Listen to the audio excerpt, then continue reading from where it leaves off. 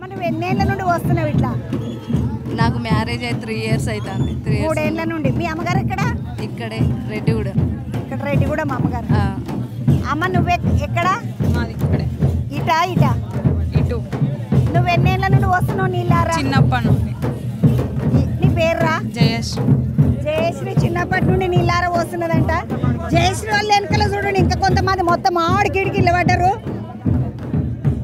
అమ్మవారు రావడం ఎంత ప్రత్యేకమైనటువంటి విషయమో అట్లనే నీళ్ళార పోయేనికి సంటి పిల్లల దగ్గర కాంచి. నీ పేరేంటి బెట్ట? విష్ణుప్రియ.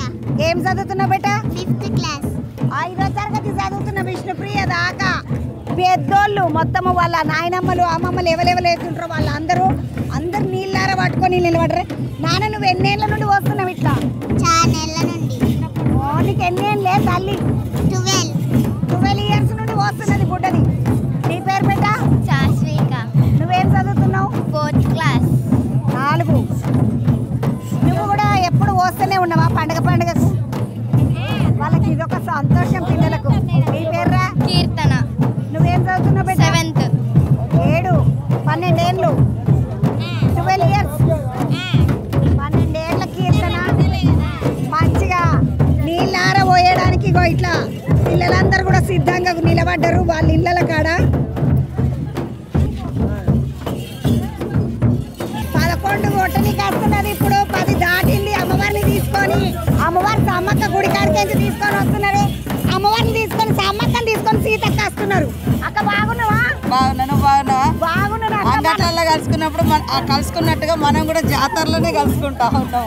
అక్క మనము అక్కయ్యల మా అత్తగారింటికి పోయి వచ్చినట్టే ఉంటుంది. పండుగలకే కలుస్తున్నాం. అందరు అప్పుడప్పుడు జాతరలలో అంగట్లలో కలుసుకుంటారు. మన వాళ్ళందరూ ఎక్కడెక్కడ ఊరోళ్ళందరూ చుట్టాలు అంగట్లలో కలుసుకుంటారు. ఇప్పుడు మనకు మాత్రం జాతర సమ్మక్క సారక్క వేదిక అవుతుంది మనకు కలుసుకోవడం.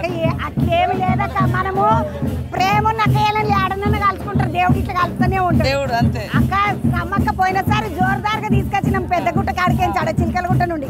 ఈ సంవత్సరం ఇక్కడికేంచి తీసుకొస్తున్నాం. ఏంది తేడా? ఎందుకు ఈ ఆలోచన మార్పు? మళ్ళా అంటే ఇళ్ళలో జరిగే పండుగ ఇది. గుడి నుంచి గుడికి జరిగే పండుగ. అదేమో వనం నుంచి జనంలోకి వచ్చే పండుగ. అది 2 సంవత్సరాలకు ఒకసారి మనం జరుపుకుంటాం. పోయిన సంవత్సరం జరిపినాం. నెక్స్ట్ ఇయర్ చాలా ఘనంగా చేస్తాం. ఈసారి అంటే మినీ మేడారం చిన్నగా ఇళ్ళలో అంటే ఆనవాయితీ పోకుండా పూజలు చేసుకునేటువంటి కార్యక్రమం ఉంటుంది కాబట్టి అది జరుగుతూ ఉంటుంది. కానీ బయట నుంచి వచ్చే భక్తులు రోజు రోజుకు పెరుగుతున్నారు. జనరల్గా అంతకుముందు ఇంతమంది ఉండకపోయేది. కానీ మినీ మేడారానికి కూడా వస్తున్నారు. రోజు కూడా వస్తున్నారు. మినీ మేడారానికి కూడా సౌలతులు చేసిండ్రు కదక్క. దీనికి ఏమైనా ప్రత్యేకమైన ఆలోచన చేసిండ్రా? వీళ్ళకి ఇట్లా ఏమైనా చేస్తామంటని? తప్పకుండా రాబోయే కాలంలో అక్కడ స్తూపం కాడ నుంచి ఈ విలేజ్ మొత్తం కూడా సెంట్రల్ డబల్ రోడ్ వేసి సెంట్రల్ లైటింగ్ పెడతాం, డివైడర్ పెడతాం. ఇక్కడ భక్తులు కూడా రావడానికి ఈ చిన్న షెడ్యూల్ కాకుండా పెద్ద వేస్తున్నాము. తర్వాత జంపన్న వాగు చుట్టుపక్కల కూడా డెవలప్ చేస్తున్నాం. అక్కడ ఒక 29 ఎకరాల భూమి కూడా చూసినాం. అవతల ఎదురుగా ఇటు చిలకల గుట్ట, అటు ఇంకొక గుట్ట ఉంటుంది.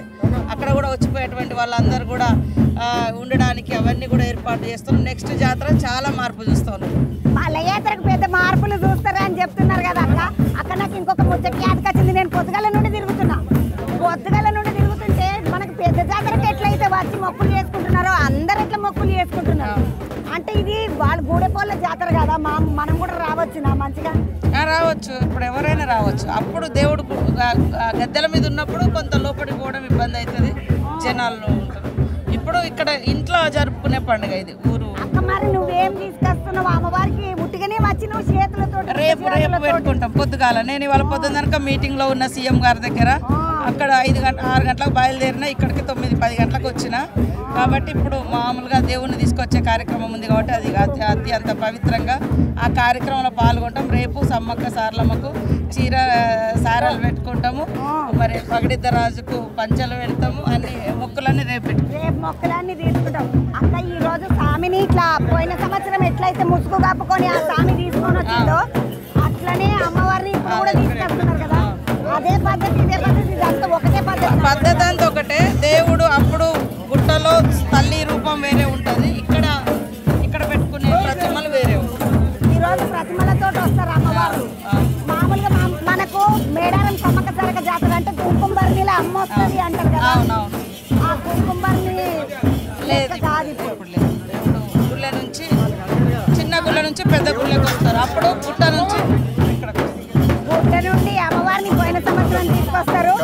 అట్లనే ఈ సంవత్సరం ఏమో అమ్మవారిని తీసుకొచ్చేటప్పుడు మామూలుగా ప్రతిమలతోటి తీసుకొస్తారు కాబట్టి వచ్చిన వాళ్ళందరూ కాళ్ళు కడుక్కొని నిమ్మలంగా అమ్మవారిని పవిత్రంగా తీసుకొని వస్తున్నారు అని లెక్క. మనం అందరము అమ్మవారిని తీసుకొని వచ్చేటప్పుడు ఇట్లా వాళ్ళు వచ్చిన వాళ్ళందరూ కూడా నెత్తి మీద నీళ్లు చల్లుకుంటున్నారు, పూజలు చేసుకుంటున్నారు. మొత్తము బాజా భజంత్రీలతో అమ్మవారిని తీసుకొస్తున్నారు. అక్క అమ్మకు ఈ బాధలే ఎందుకు లెక్క? ఈ బాధలే ఎందుకు లెక్క? అవి మాకు ఆదివాసీల జీవితంతో చాలా ముడిపడి ఉన్నది. డోలు సౌండ్ అది వస్తే రాత్రి పగలు మర్చిపోయి డ్యాన్సులు చేస్తాము. కష్టం వచ్చిన దుఃఖం మా ఇళ్ళ చనిపోయినప్పుడు కూడా దినం చేసేటప్పుడు కూడా అదే వాడతాం. రాత్రి అంతా మేలుకుంటారు. తర్వాత పండుగలకు కూడా అదే వాడతాము. ఎక్కడ చూడను ప్రపంచంలో ఆదివాసులకు డోలుతో మా బంధాలు సంబంధం ఉంటుంది. డోలుతో సంబంధము అమ్మ డోలుతో రావడం. వేరే దేశాలలో కూడా ఇదే కొడుతుంటారు. డోలు వాద్యమే మీరు మధ్య భారతం పోండి, ఏ రాష్ట్రం పోయినా కూడా ఆదివాసులది ఒకటే కాలు ఇట్లా కలపడము, తర్వాత గజ్జలు, తర్వాత ఈ డోళ్ళు. అవి అడవిలో దొరికే జంతువుల తోలుతోటి చేస్తారు. అక్క ప్రతి సంవత్సరము ఇట్లా ఈ ఆనవాయితీ నడుస్తుంది. నువ్వు మంత్రి కాకముందు ఎమ్మెల్యే ఉన్నప్పుడు కూడా జోరుగానే నడిపినావు, ఇప్పుడు కూడా జోరుగానే నడుస్తుంది. పోయిన కింద కూడా జోరుగా నడిచింది మంచిగా పెద్ద జాతర.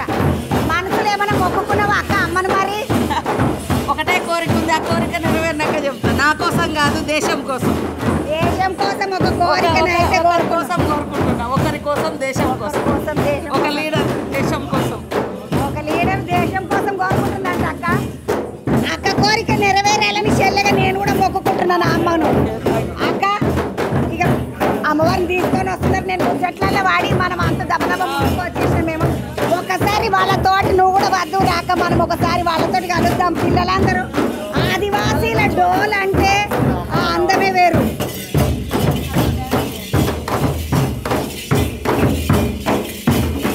అక్క వస్తారా?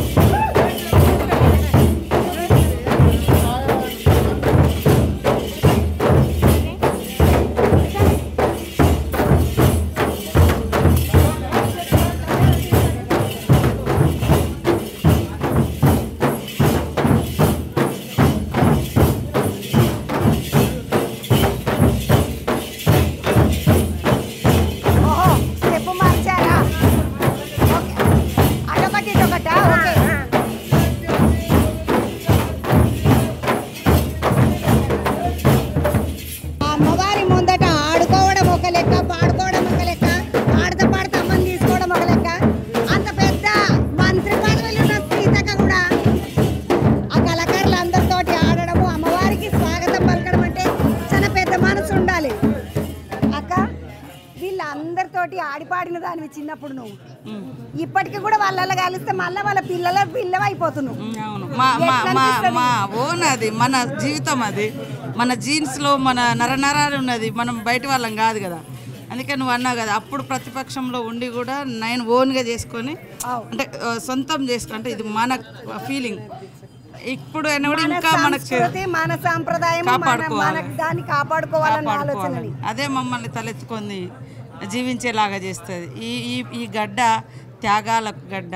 మా ఆత్మగౌరవానికి, భవిష్యత్ తరాలకు మా ఆత్మగౌరవాన్ని సమ్మక్క సారలమ్మ రూపంలో మరి ముందుకు తీసుకెళ్తా ఉంది. మా ఆశలు, ఆకాంక్షలు, మా విశ్వాసాలు, నమ్మకాలు ఈ సొసైటీకి డిఫరెంట్గా అంటే ప్రకృతితో పంచభూతాలను పూజించే వ్యక్తులుగా ఆదివాసీ సమాజం ఉంటుంది. మా తల్లులు కూడా ఆ వనంలో ఉన్నారు కాబట్టి 2 ఏళ్ళకు ఒకసారి జనంలో తీసుకొస్తాం. అట్లా అదొక చాలా వైభవంగా జరుగుతుంది. ఆ వైభవాన్ని ఇంకా 100 సంవత్సరాల భవిష్యత్తుకు మనం అందించాలి. ఇంత అద్భుతమైన కార్యక్రమంలో ఆఖరి ఘట్టం ఈ రోజు పున్నమి రోజు, మాఘ శుద్ధ పున్నమి.